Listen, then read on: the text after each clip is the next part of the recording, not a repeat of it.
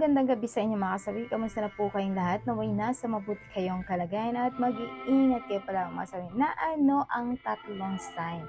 Bakit masarap mahalin ang isang single dad? Pakinggan niyo to mga girls kung bakit nga ba masarap sila mahalin. Lalo na kapag single dad sila versus sa binata lang mga kasawi. Ang una natin mga kasawi ay mapagmahal. Alam niyo ba ang mga single dad ay mapagmahal yan?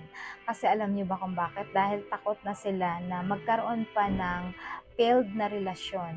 Ayaw na nilang maulit na masasaktan silang muli mga kasawi. Ayaw na nila na iiwan sila ulit.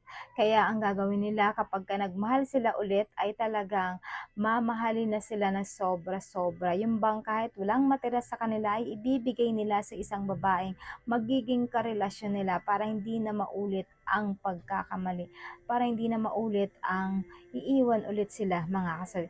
Ayan lang po yung ating una na sign. Ang pangalawa mga kasawi is marunong makontento. Siyempre kapag ka single dad yan, marunong na silang nakokontento.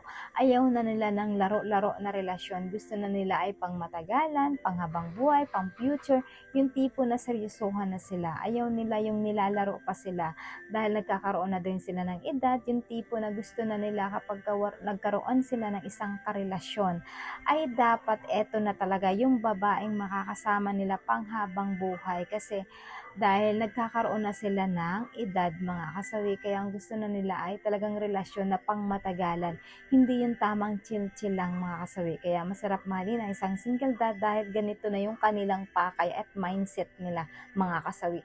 Ayan lang po yung ating pangalawa na sign. Ang pangatlo mga kasawi is malambing. Lalo-lalo na kapag ka sa in public kayo, yung tipo na kapag ka nagkasama kayo, wala siyang pakialam kahit sino pa yung mga kasalubong mo, kahit sino pa yung maghahadlang sa inyo. Kahit ayaw mo na lambingin ka, pero hindi yan magpapapigil sa inyo. Lahat gagawin niya, yung iparamdam niya sa'yo kahit in public ay talagang i-hug ka niyan, ikikiss ka niyan, yung tipo na aalagaan ka, alalayan ka, lahat gagawin niya para maramdaman mo sa sarili mo na kung gaano kanya kamahal. Tapos ang masarap pa nito, syempre, kahit ano yung gusto mo ay pagbibigyan ka niya, kung ano yung hiling mo ay bibilhin niya sa ngalan ng pagmamahal. Talagang lahat ay gagawin niya para sa'yo kasi ganun magmahal ang isang ganun magmahal ang isang single dad, lahat ay ibibigay niya sa'yo para lang masabi mo, ikaw na ang babaeng pinakamamahal sa buhay niya mga kasawi. Ayan lang po yung ating pangatlo na sign. At syempre hindi mawawala yung advice sa topic na to. Laging tatandaan sa mga kababaihan. Kapag kayo ay nagmahal ng isang single dad, dapat sikapin ninyo na talagang seryoso ba kayo sa kanila. Huwag niyong paglalaruan ang kanilang emosyon at nararamdaman nila kasi nga syempre yung damdamin na nila ay hindi na biro dahil nasaktan na sila sa unang karelasyon nila. Dapat huwag na huwag niyo rin silang saktan. Kaya kapag kayo ay nagmahal, siguraduhin ninyo na seryoso ba kayo sa tunay nilang hangarin. Kaya mo bang mahalin ang kanilang mga anak kapag ka meron ito? Kaya mo nang tanggapin na meron na siyang anak. Dapat lahat ay tanggapin mo kung ano man ang magiging lahat gagawin mo para lang maparamdam mo rin sa kanya kung gaano mo siya kamahal.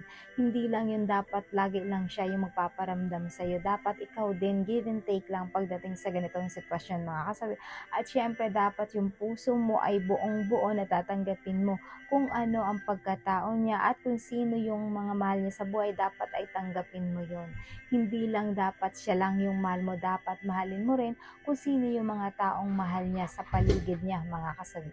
Sino po mga kasabi yung aking advice. Maraming salamat po sa patuloy na pagsuporta niyo sa akin. So walang sawang pag-share at pag-comment. Sa mga hindi pa po nakapag-subscribe mga kasabi, pwede kayo mag-subscribe, pwede rin kayo mag-follow para updated kayo sa topic ko araw-araw.